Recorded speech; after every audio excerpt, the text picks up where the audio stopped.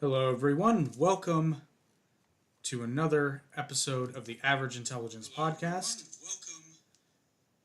And our audio check is good. As you've seen from the title, tonight is another solo special because of economic hardship, which we will be touching on tonight. So, the idea for this podcast actually came from something that I brought up during our Republican debate episode. Before we get into that, just to let you all know, this podcast is brought to you by Stevie Wicks School Beans Candle Company. We will talk more about them a little bit later on.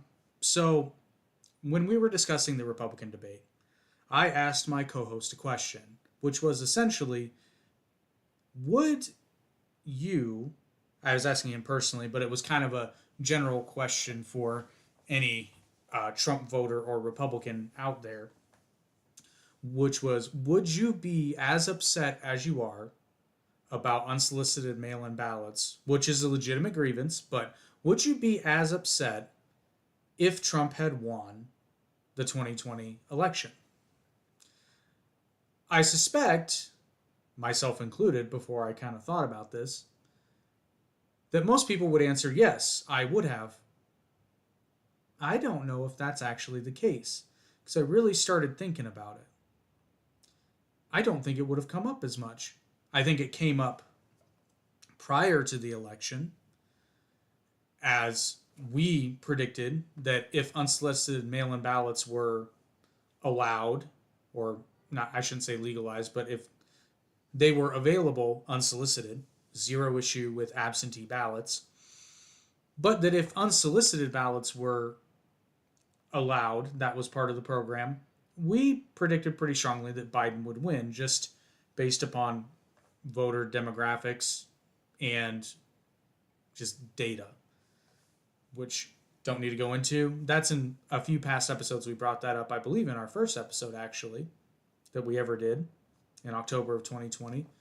However, there were reasons, and we were proven right. But then that got me thinking about things like grievances and, well, political grievances mainly, and then I started thinking about Jordan Peterson, among other thinkers and intellectuals that I've come across in my years. But Jordan Peterson I respect very much, and he often brings up the topic of resentment, and he sort of, not that I didn't know about resentment before, but kind of opened my eyes as to how prevalent resentment is in our world, and how if you look for it, and you don't have to look very hard, you can find resentment as motivation for a great many people, especially when you get into social issues and political issues. To continue going on this theme, Jordan Peterson cites in his book, and I've heard him bring it up on a number of occasions, when he was younger, he was a socialist politically. And I forget the exact name of the organization, but basically his local province in Canada, his local socialist party, he was a member and was very much part of the organization and wanted to basically learn and get political. But he said the more he worked with these people, that the vast majority of them didn't really care that much about the poor. They just hated the rich.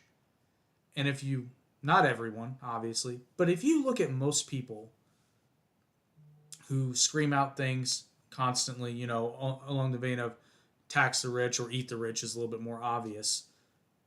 And you really look at, again, you can't go by what people say when it comes to resentment. You have to go by their actions, which that's good advice for life in general. Trust what people do, not what they say. And you'll find that a lot of people who are championing the poor, in air quotes, actually just have a lot of resentment towards the rich and those that have done better than them for one reason or another.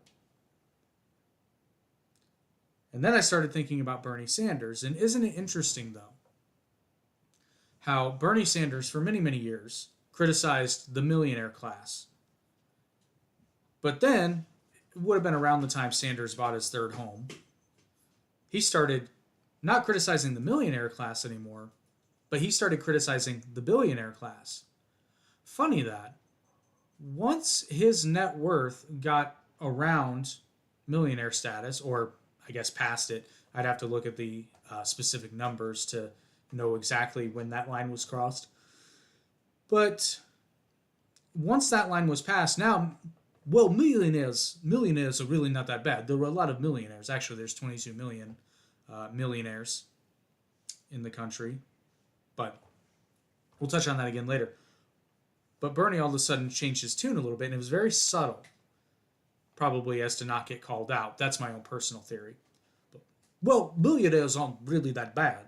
You know, there are a lot of people who have a net worth of $1 million, usually through real estate, a pension fund maybe, and various stock portfolios. But the true evil, I don't know why Bernie Sanders lapsed into Christopher Walken there for a second, but the true evil are the billionaires. Being a billionaire is unethical. Now, I don't expect Bernie Sanders to ever become a billionaire, but I'd be willing to bet money that if Bernie Sanders were to achieve billionaire status, his tune would change again. Well, you know, billionaires aren't really that bad. They work very hard. They deserve everything they got. But you know who the real evil people are the trillionaires, which I don't think there is a trillionaire yet, but you get my point. Or 100 billionaires.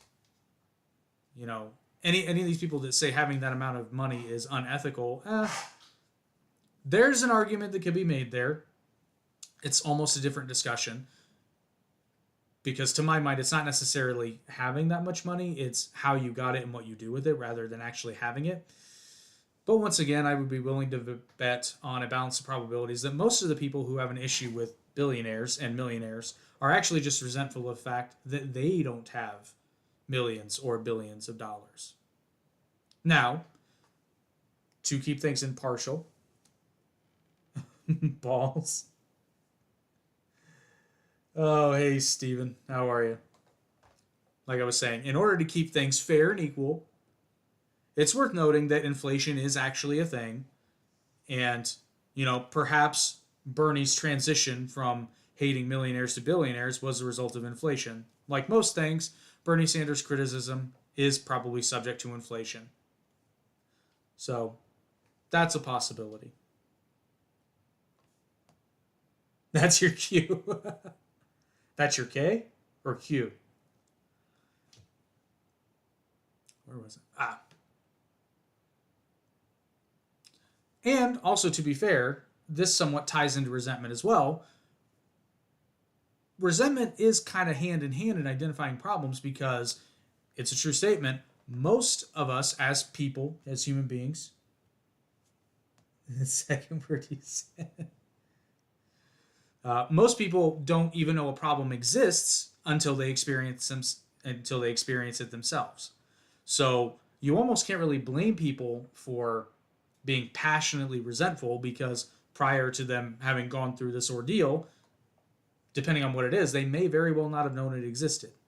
So again, to be fair, for example, you don't really start complaining about taxes until you're paying them. And you know, how many people ignore their romantic partner or spouse until someone else starts showing interest? And then all of a sudden, a lot of people tend to get territorial. So we have to remember, while we're talking about the issue of resentment, that oftentimes people are resentful and that is their primary motivation. But at the same time, most of the time, resentment comes from a problem being identified to an individual. Now, resentment will often give way to, well, lies, but not so much overt lies, more like justifications. A good example of that, well, not of resentment, but a good example of, well, what is a good example? Well, I guess you would say that's a good example of taxing the rich more. I don't have all the tax rates in front of me. However, you know, it stands. As a person, I tend to lean more towards rationalist thought because with rationalism, you can think through problems using hypothetical examples because you tend to be more interested in raw truth rather than raw data, which don't get me wrong, raw data is important. My only problem with raw data is data, particularly statistics, data can be easily manipulated to serve whatever purpose you are looking to serve, essentially. But that would be a good example. Say, oh, well, we have in the United States, a perfectly good example. In the United States, we keep having every couple of years government shutdowns loom. This, that, and the other. The government's not doing enough, or the government's spending too much money. Well, that's the problem, is the government spending too much money. But really, what it is people say the government can't take care of this. They need more money. So the answer is always tax the billionaires, close the tax loopholes, and believe you me, there are plenty of tax loopholes. The only problem with that is, as of right now, they're legal. And isn't it interesting that everyone always says close the tax loopholes, and yet they never seem to do it? Why do you think that is? Could it possibly be that the same people who are screaming the ills of the wealthy are wealthy themselves and simply profit off of the discontent of the masses in the form of promising to do things like close the tax loopholes, tax the rich, when they're rich themselves? Now, don't get me wrong, I'm under no illusions that most people in Congress are wealthy beyond what they should be based upon their job, shall we say. But I will give credit where credit's due. At least an honest capitalist is honest. I shouldn't even say capitalist, because there's nothing inherently wrong with capitalism. It's only when it's perverted by greed or corporatism that capitalism can get ugly. And I've got no issue admitting that. Oh, and just a quick hello to those joining the stream. Sorry, it's a solo special tonight. You just get to listen to me ramble for about an hour or so. But I also want to say thank you and welcome to all the new subscribers, and we apologize in advance for disappointing you. But where was I? So yes, very interesting that people like Nancy Pelosi, although you don't hear her bitching about the rich too much, but someone like Bernie Sanders is a good example of that. Someone who is Bernie Sanders is wealthy. He's not wealthy compared to, Nancy Pelosi, for example, or he's not even as wealthy as Donald Trump. Well, I don't know how much money Donald Trump actually has. But it is worth noting, as often as he justifies it, Bernie Sanders does have 3 houses. So, do with that what you will.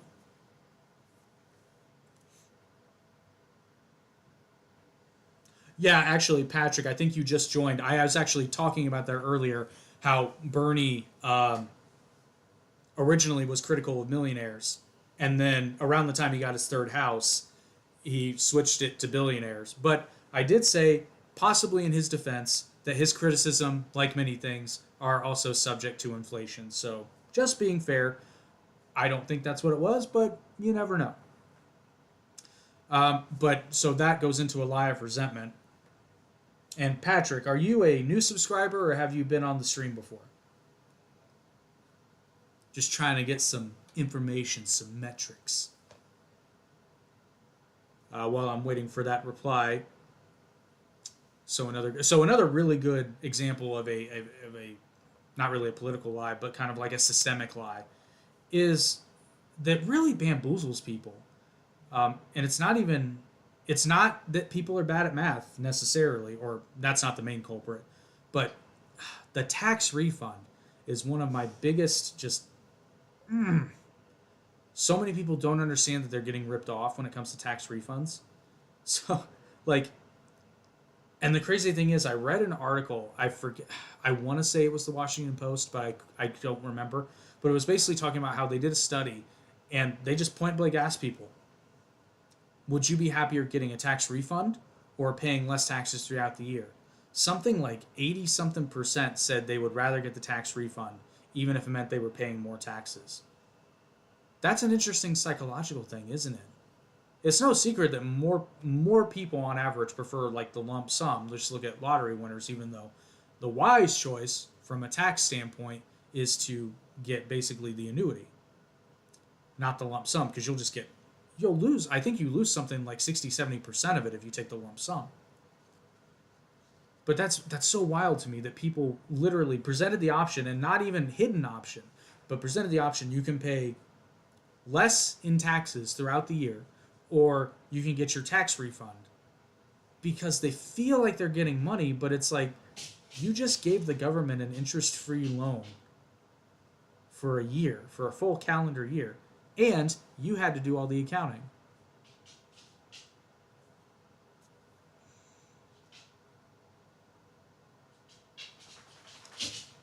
And then on the subject of taxes, I often think about, I go back and forth because it depends on the situation between, utilitarianism and more of a Kantian school of thought when it comes to morality. Taxation kind of has to fall under utilitarianism, but what's funny is that it often fails, or at least the logic behind it fails. Uh, Here's a good example. So, for those of you who are unaware, utilitarianism in layman terms is uh, basically a way of thinking about a situation or problem or thing in which there's the least amount of suffering for the most amount of people for the most benefit of the most amount of people. So, but I've got this example written down that I came up with. Let's say the United States needs $300 million for something. It's irrelevant to what it is. Let's say they need $300 million for, to send to a nation at war. Like, we'll call it Bourdain. Just going to take a little sip. So Bourdain needs $300 million. Now, as I said before, there are 22 million millionaires in the USA. If they wanted to just tax millionaires to get that $300 million, each millionaire in the United States, now keep in mind, there's 22 million of them. Every one of those 22 million millionaires would have to pay $13,636,000, $13,363,363,000.64. Now, conversely, to generate the same amount of money, $300 million, the United States, according to the figure that I saw, the number of tax returns that will need to be filed in 2023 is 168 million. So there's 168 tax return filers in the United States this year. If you needed to raise $300 million, that would cost each of the 168 million taxpayers, roughly, rounded up slightly, $1.79. So, now, depending on the cause, I don't know too many people who would be that bummed about losing about $2 if it went to something worthy in a year. Most people lose more money than that, just randomly. Lost change, a lost dollar bill here and there. Most people will lose that more. Most people will lose more money in a year than $1.79. So out of those two models, which is more fair? Which one is simpler? Which one is more utilitarian? And yet, so many people would rather just scream, tax the millionaires, rather than say, it's $2. Now, granted, the situation changes a little bit when it's $2 added on top of the taxes you're already paying. But again, upselling is a thing. There's a study, I forget what the percentage is, but I think it's something like people will spend 25% more if they use a credit card versus cash. Like those are legitimate scientific studies. So $1.79, really not that big of a deal. So let's say that instead of sending money to the fictional country of Ukraine, I don't remember what I called the fictional.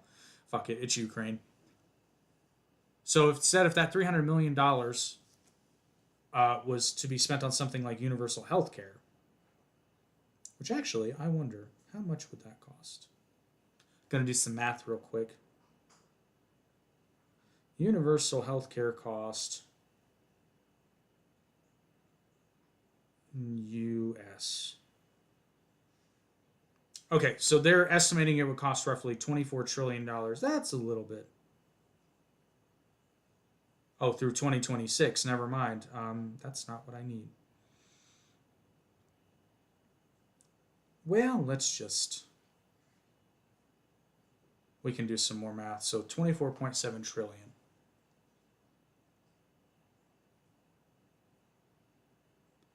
Make sure I get enough zeros there.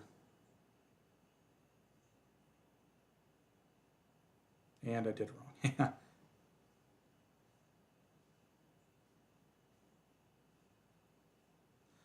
Okay, so 24 trillion 700 billion dollars divided by 168 million. Yep, got the right amount of zeros. Okay, that's pretty expensive. But divide that by 3, because that'd be through 2026, so that's over 3 years. Well, isn't that interesting? That would cost each individual taxpayer roughly $49,000 a year.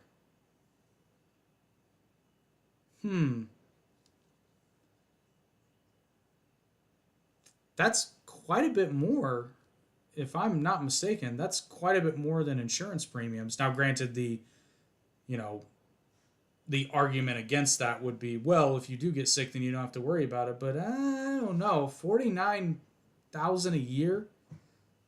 That's pretty stiff for healthcare.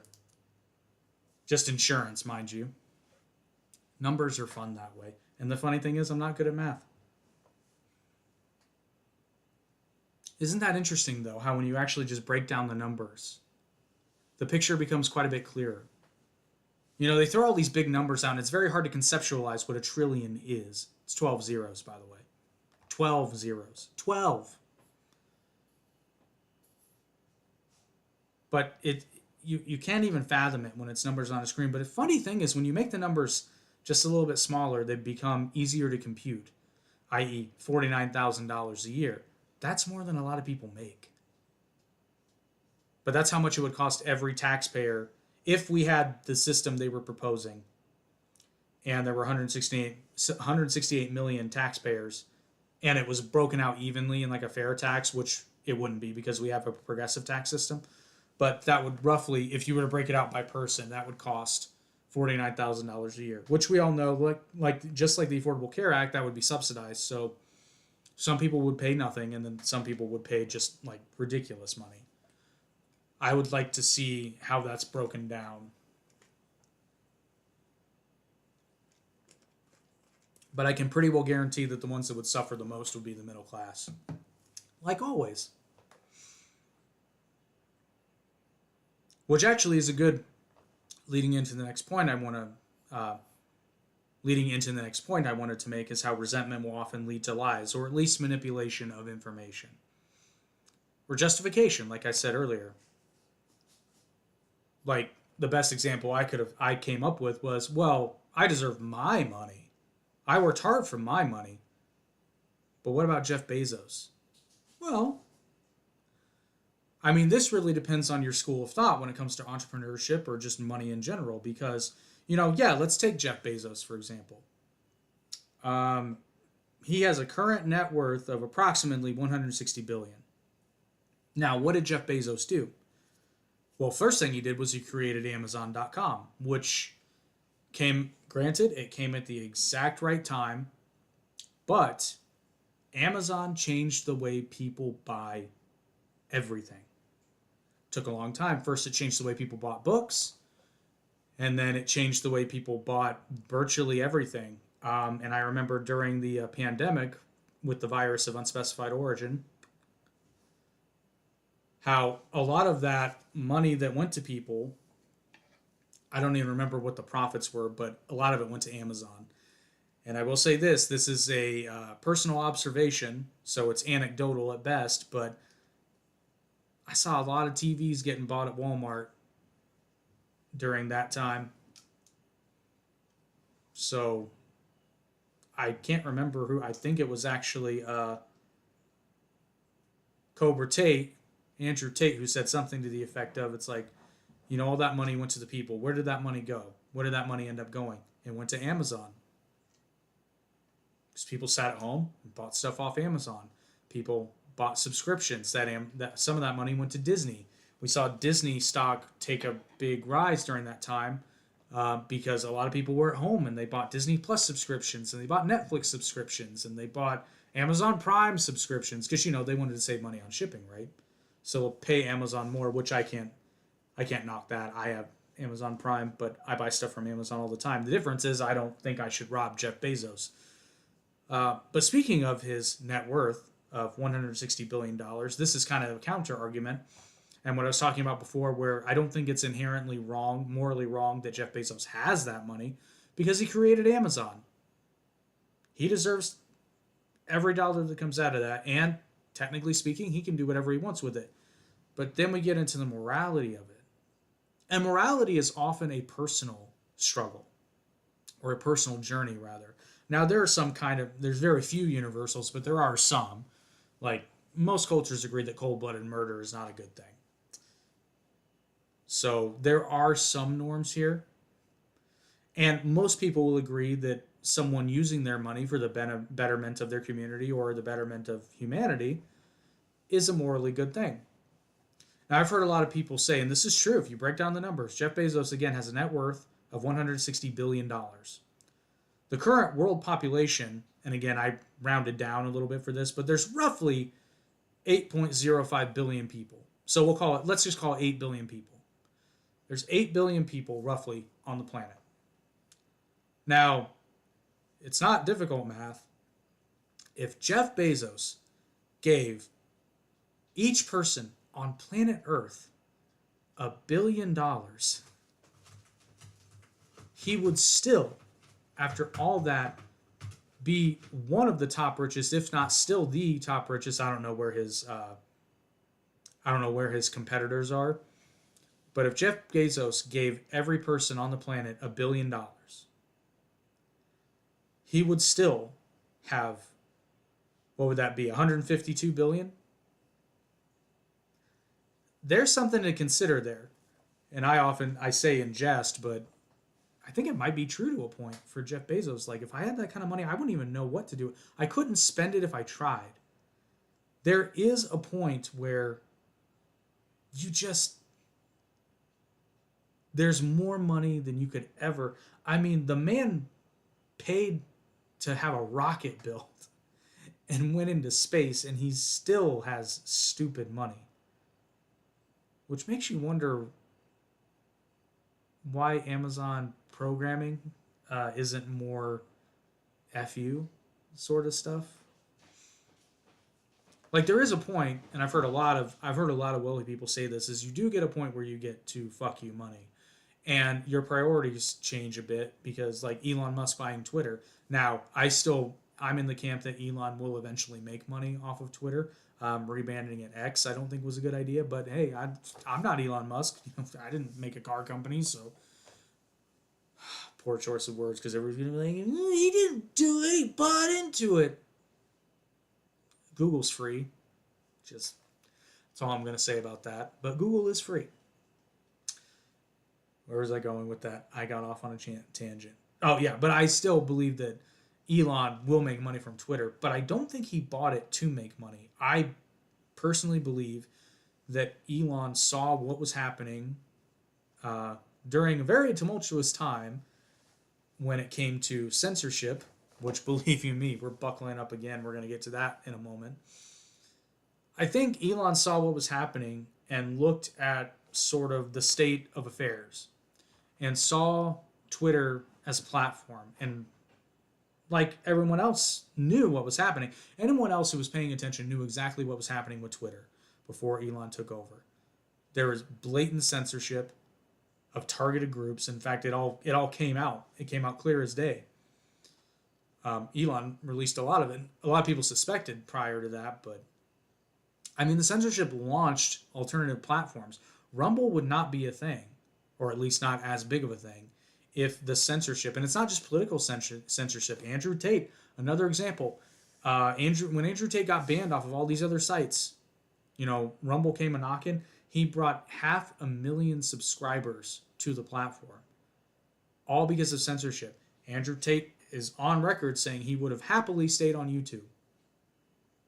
But YouTube kicked him off. So what do you expect him to do? To not do anything? No, now he's mad. And rightfully so. So, the new platform came a-knocking, and now his content is exclusively, at least his official content, is exclusively on that platform. But guess what? People are still uploading his content to the other platforms. So who won? Who won? But like I said, I'm thoroughly convinced that Elon Musk bought Twitter with the intent on championing free speech. And thus far, save a roadblock here and there, thus far I've seen, I'm not really on Twitter frequently, but the wrestling podcast Down the Middle has a Twitter profile. So I see things on there. Now, wrestling Twitter has always been toxic, but I've been told that I did see a widget earlier, though, as a fact check. I like the way they did it versus some other platforms because it gives you so much context. And it was over something so stupid, I actually noticed the difference before, but then that confirmed it. It's the video where the lady has her baby at a zoo and then the gorilla allegedly comes up. It was actually 3 different videos edited together, one of which shows a male gorilla carrying a baby. But I digress. It's very easy. It is very easy, and that's why the lie works so well. It is very easy to fall for false information, but there's the right way and the wrong way to take care of that, which we'll get to in a moment, but I want to finish my point on Jeff Bezos' money. Now, a sort of attached figure, because everybody keeps saying, again, tax the rich, tax the rich. You want to fix the national debt crisis, tax the rich. Well, I've got more math for you. Now, again, this is approximate because it's actually going up every second. But as of today, this afternoon, shortly afternoon, the U.S. national debt sits at approximately $32 trillion. Now, remember those 168 million tax returns that are going to be filed this year? If they wanted to pay that off, that would cost every single taxpayer $190,476.19.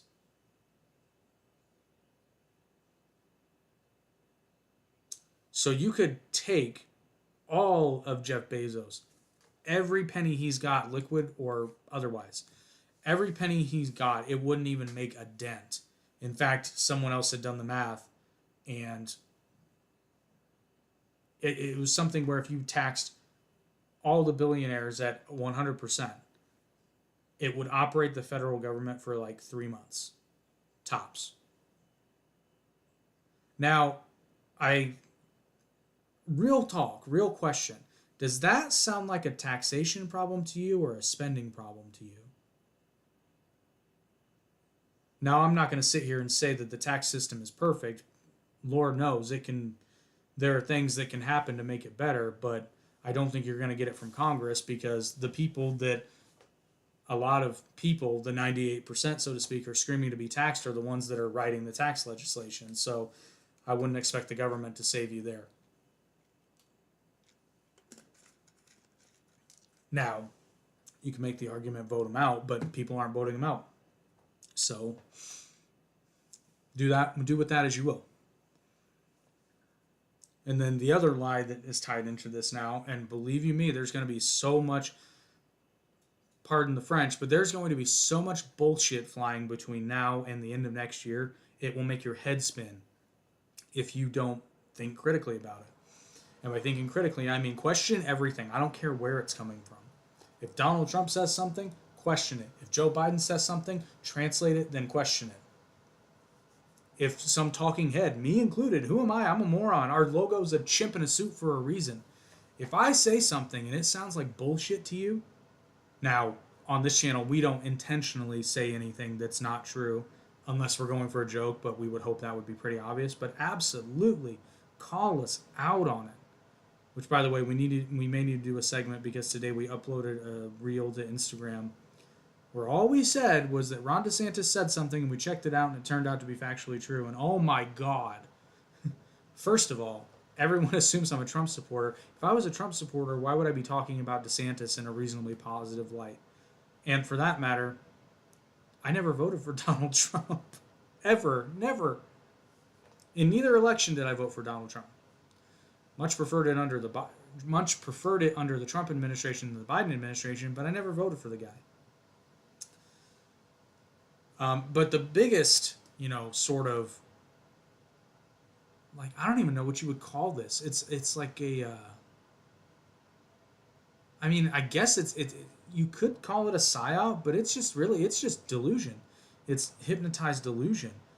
Is when they're talking about inflation and they're saying, I think, what's her name, Karine Jean-Pierre, today or yesterday, was talking about how inflation is way down. Really? Inflation's way down, huh?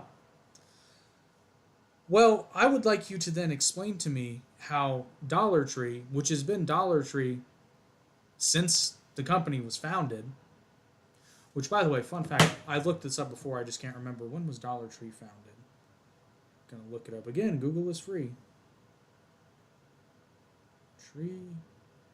Dollar Tree was established in 1986. So from 1986 to, I can't remember if it was this year or last, so we'll be I think it was 2023, but we'll just say 2022 to be fair, or to be safe. So from 1986 to 2022 or 3, it had been Dollar Tree. It is now $1.25 Tree. Explain to me how that happens except for inflation. I'm serious. I want to know. I want someone to explain this to me. Do we really think that Dollar Tree just got greedy? And then, as if that weren't enough, and by the way, that's a 25% increase. Doesn't seem like a lot because it's a quarter. That's 25%. Now, as if that weren't bad enough, I have another example. McDonald's had been offering $1 any size drinks. The promotion started in 2008, but they'd been running it year round. It had been off and on since 2008, but since 2017 until, again, 2021 or 22, or maybe even this year, I can't remember now, but we'll say 2022 just to kind of meet in the middle. Any drink was $1. Any size drink was $1. And now, depending on where you live, where I live, they're now $1.29 because regional taxes vary. Which again, depending on that's roughly a 30% increase. Which again doesn't seem like a lot. It's only a quarter. It's only 30 cents. Is it really that big of a deal? Because they're all still the same price, by the way. It's just increased. I think their best idea would have been to keep the medium at $1, but that's beside the point. I would like someone to explain to me how that happens and it's not caused by inflation. I'll wait. If somebody can give me an example, I'll be 100% real here. If someone can explain to me how and why that happened and it wasn't caused by inflation, I will change my stance on it. But until then, I will continue to sit and point and say, they are telling you that inflation is not as bad as it is, and they are lying to you. Don't even get me started about my property taxes, which isn't directly tied to inflation, but I mean, it is, it's not the only, I shouldn't say it's not only tied to inflation, but I mean, come on. It's everything, and it's the grocery store. You just look, just compare. And some people's energy bills have gone up by 20%, and you're sitting here trying to tell me that inflation isn't real? But at every point you sit there and talk about how you passed the Inflation Reduction Act, which had very little to do with actual curbing inflation. It had more to do with repackaging elements of the Green New Deal that people wouldn't just scream and shout out. But then you tell me inflation's not real. Okay, not buying it. Not buying it. But you know what I am buying, and what also has yet to be affected by inflation?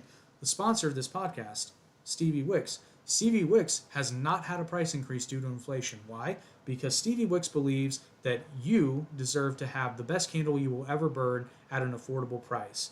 And if you use special promo code AIP20, you can get 20% off your first monthly subscription box. Each box contains one of the large candles and then an assortment of candle related or jewelry items. Depending on the month, and on months with major holidays, everything is themed. So, for example, if you subscribe in September, you get 20% off your first box, and then in October, you get the buffed out Halloween box, which has everything Halloween themed, including one of the big Halloween themed candles. They were a big hit last year, and they are coming back this October. And like I said, have not had an increase in price due to inflation because the owner of the company believes that, first of all, very optimistic that all of this will pass eventually, which it will. Some of it will. Some of these prices are going to be inflated, but hopefully the market corrects. Knock on wood, sometime next year. But like I said, use promo code AIP20 to get 20% off your first monthly subscription box. And then you've got a bunch of big holidays coming up, so now's the time to do it. You get your Halloween, and then the fall in November, the box will be fall themed. And then in December, you get your Christmas or Hanukkah theme, because one of the questions you are asked is what major holidays you celebrate. So, for example, let's say that you are Jewish and you subscribe to Stevie Wicks box. You will get your, if you want a Christmas box, you can request it, but they ask you what holiday. So if you select Hanukkah in December, you will get your Hanukkah box, and then at Easter-ish time, I know it changes over the year, you will get a Passover themed box. Like I said, Stevie Wicks, use your promo code AIP20 at www.steviewicks.com. That's STEVIEWIX.com. Link is in the description along with the promo code, so you don't forget it. And then, like most things, don't worry everyone, we'll be wrapping it up soon. The solo specials. Oh wow, I can ramble, can't I? It will be about an hour. I always try to make these like 45 minutes, and I end up going over an hour. So then, like I said, Green Jean-Pierre, because oftentimes these lies, particularly economic ones, go hand in hand with politics. And like I sort of touched on earlier, there's a lot of talk about concerns about misinformation going into the 2024 election, which translated into normal people talk, there will be censorship. Or at least they will attempt censorship. Again, I believe Elon Musk bought Twitter with the intention of having free and clear information, freedom of information for 2024. Because I think he saw what happened with the Hunter Biden laptop story on Twitter, which, look, I don't care what position you take on that. I don't care if you're pro or anti Hunter Biden or Joe Biden or whatever. You have to admit that that was fishy. You have to admit that that was corrupt. That was unethical, at the very least, if not criminal. The fact that a story comes out with information that was verified true, at least as far as the article was saying, was that so-and-so, Hunter Biden left his laptop at a place, images were found, stuff was found, blah, blah, blah, blah. That much is factually true. We have since seen Marjorie Taylor Greene actually showed the images in a session. That was beautifully funny. That would have affected the election. Many people, they've done several surveys where people said they at least would have considered not voting or changing their vote had they seen that story at the time. And as I will continue to point out, I've been suspicious of the Biden family ever since 2014, when I read that random USA Today article talking about how Hunter Biden got hired on at Burisma, the largest natural gas energy company in Ukraine, right after the Russian Federation annexed Crimea. Seemed a little fishy. And then everything that's still coming out, I mean, regardless, everyone keeps talking about accountability, and this goes hand in hand.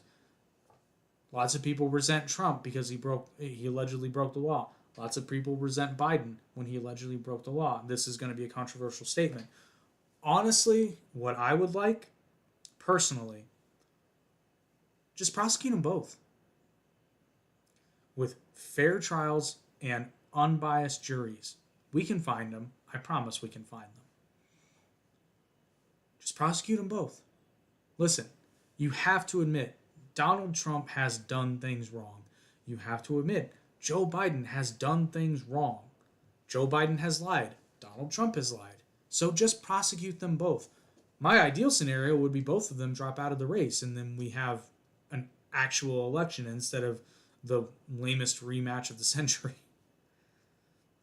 But on the topic of censorship as well, and their fears of misinformation because they don't trust you to be able to do your own research, which, let's be fair, a lot of people don't. So it's odd how these things are so evil and yet justifiable.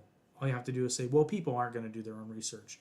Well, that's to their detriment, honestly. But isn't this curious? Hillary Clinton, during the 2016 campaign, or I should say after for this, Hillary Clinton claimed that Russian interference led to Donald Trump winning the 2016 election. But during the 2016 primary, she referred to Tulsi Gabbard as a Russian asset after Tulsi called her out on the debate stage. Or at least I think that maybe that was 2020. Maybe that was 2020. My memory might be failing me. But Clinton said it about her regardless. For someone who claims to be a victim of Russian propaganda, Hillary seems to know a lot about it. And that's not even getting into the Durham Report and the Steele dossier, which we did on another episode. You can go and watch that or read up on it, because again, Google is free. But conversely, at the same time, there's a guy who appeared on Tucker Carlson recently who claims that he had gay sex with Barack Obama. So it goes both ways. All I'm saying is that there's so many people on every side of the political aisle that will raise hell and scream and yell about them doing something, but when somebody in their own party does it, not only do they not get mad about it, they just don't bat an eye. There were so many avid Trump supporters that were asked point blank, would you support it on the Republican debate stage? If Donald Trump is found guilty, would you support him as the candidate? And a lot of them over half raised their hands, and Vivek was like, pick me, because we all know Vivek Ramaswamy is running for vice president right now.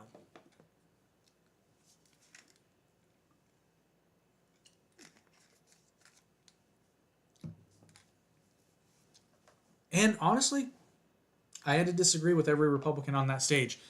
Well, to be fair, because that's assuming that Donald Trump is found guilty. If Donald Trump is found guilty, that he had a fair trial, which given the state of this country right now, I really don't believe.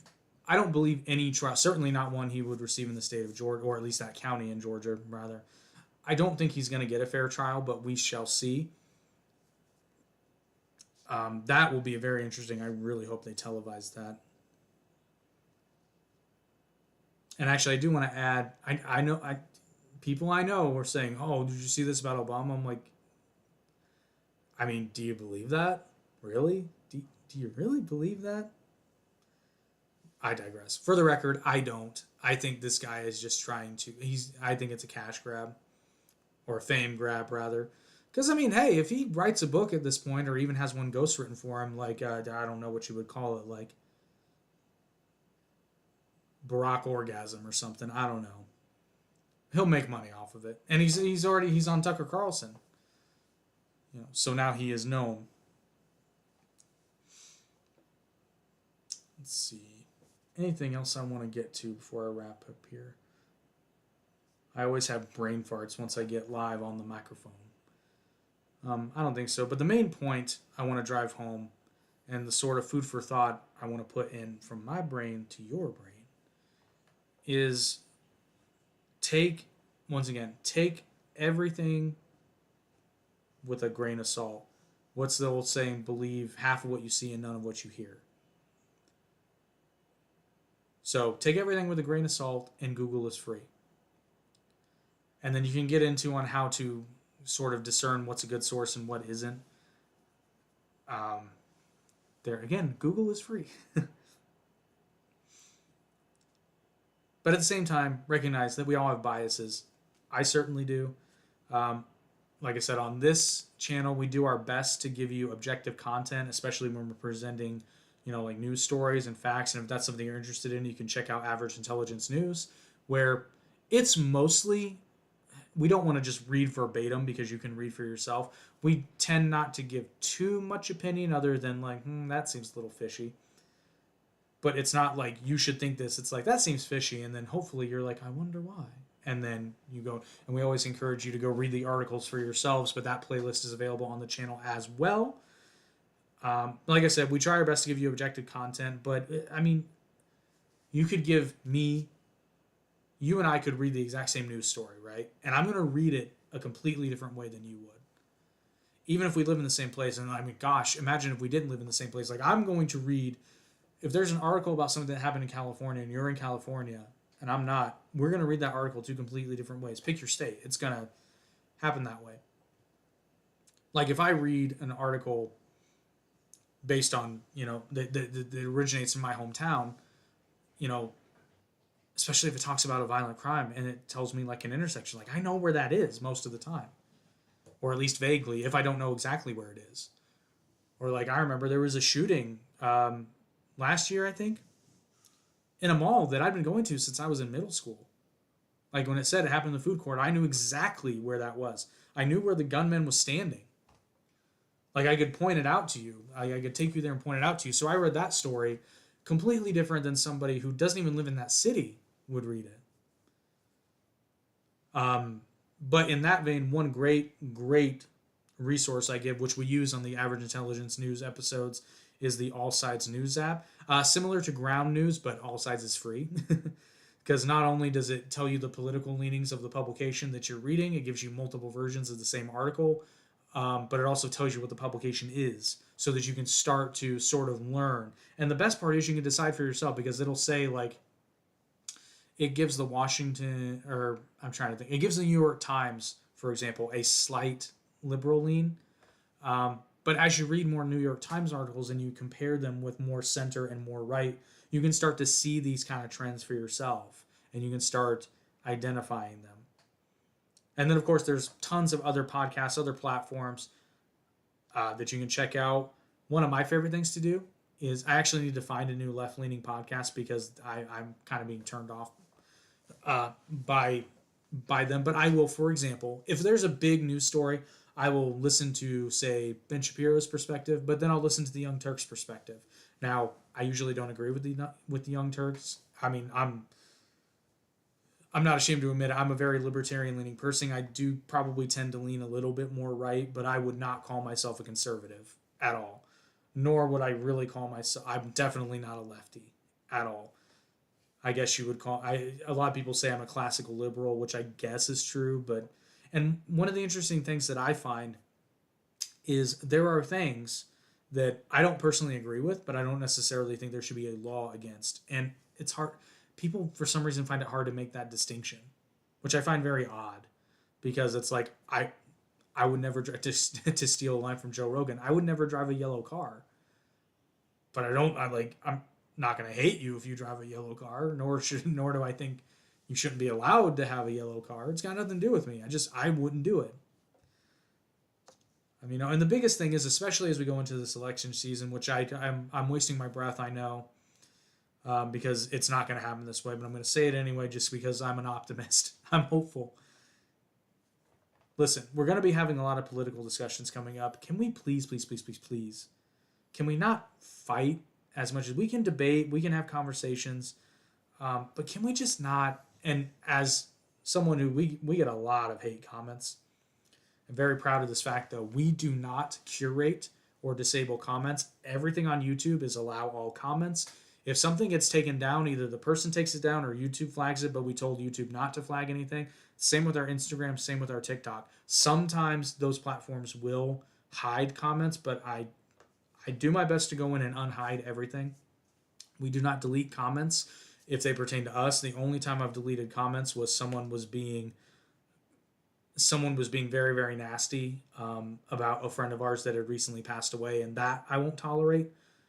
But I gave them a chance to stop, and they didn't stop, so I just removed their comments. That's the only exception. But if you're talking about us on the show, we will not remove those comments. But it is interesting to see how quickly people jump to conclusions when they have no idea who we are, nor do they have a real accurate representation of what we believe, which I think is a major problem with this short form content like YouTube Shorts and TikToks.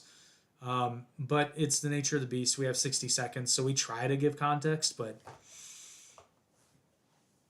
I digress. The other thing I find really funny, though, is how many people will comment on how stupid we are and how nobody should watch and nobody should care, and yet, as I always point out, it's like, well, and here you are making a comment, so obviously you care. Like, you cared enough to watch, you care enough to comment, and then you still... I argued, well, I didn't argue because I started to have fun with it, but for almost an entire afternoon, I just kept, I'm like, every time I respond, he's going to respond, and it just pushes our content more. That's fun. That's fun. But can we please? I know it's an easy temptation to belittle the person you're debating or having a discussion with that has a differing opinion than you do. Can we please try to not do that? Can we just debate the ideas? And in closing, we welcome anyone who has differing views than us on anything, and we would love to have you on. But what is also very interesting is anytime we invite somebody to come on and debate us, and keep in mind, we're not masters. The whole joke with our name is the fact that we're not experts. But a funny thing happens every time we say, come on the podcast and debate us, or we'll come on yours if you have one. And yet, nobody's ever taken us up on it. Not once. Always say something like, I have better things to do. It's like, really? You're on YouTube scrolling through shorts. Do you have better things to do? Or are you just a coward? Legitimate question. And it's not like we're trying to make you look stupid. We want to debate the ideas, but nobody will ever come on. We've offered to come on other people. Well, they don't have podcasts, but you know what I mean? It's like we offer, like we will come on your platform, or we come on ours. Like I said, if you got a differing opinion, absolutely we want to talk to you. But I suspect no one will take us up on it. And that's unfortunate. Because we're also not opposed to learning. We change each other's minds all the time. Or at least concede to agree to disagree. But I guess with that being said, we have come to a close. Not quite an hour. Good. I want to keep this under an hour. But hopefully we've given you some food for thought. And like I said, in 2024, just keep your eyes, ears, and brain sharp and vote your conscience. Thank you for enjoying this episode of the Average Intelligence Podcast. Hopefully you're a little bit less average and a little bit more intelligent. Probably not, but we can hope. As always, please like, share, and subscribe. And again, hello to all the new subscribers. We love you and appreciate you and hope we can keep you entertained with some thoughtful content. I was really hoping we get to 2020. We're at 2019 right now. And if there's something you would like us to talk about, or just basically any questions you have, feel free, put them in the comments. We will address them. We love comments. And as always, if you would prefer to listen to this podcast rather than watch it, you can check us out on all major audio podcast platforms, including, but not limited to, Spotify, Apple Podcasts, Google Podcasts, Podcast Addict, Podbean, Amazon Music, YouTube Music. There's more, but I always forget them. And be sure to check out our sponsor, Stevie Wicks. Remember, use your promo code AIP20 to save 20% off your first monthly subscription box. And we will see you next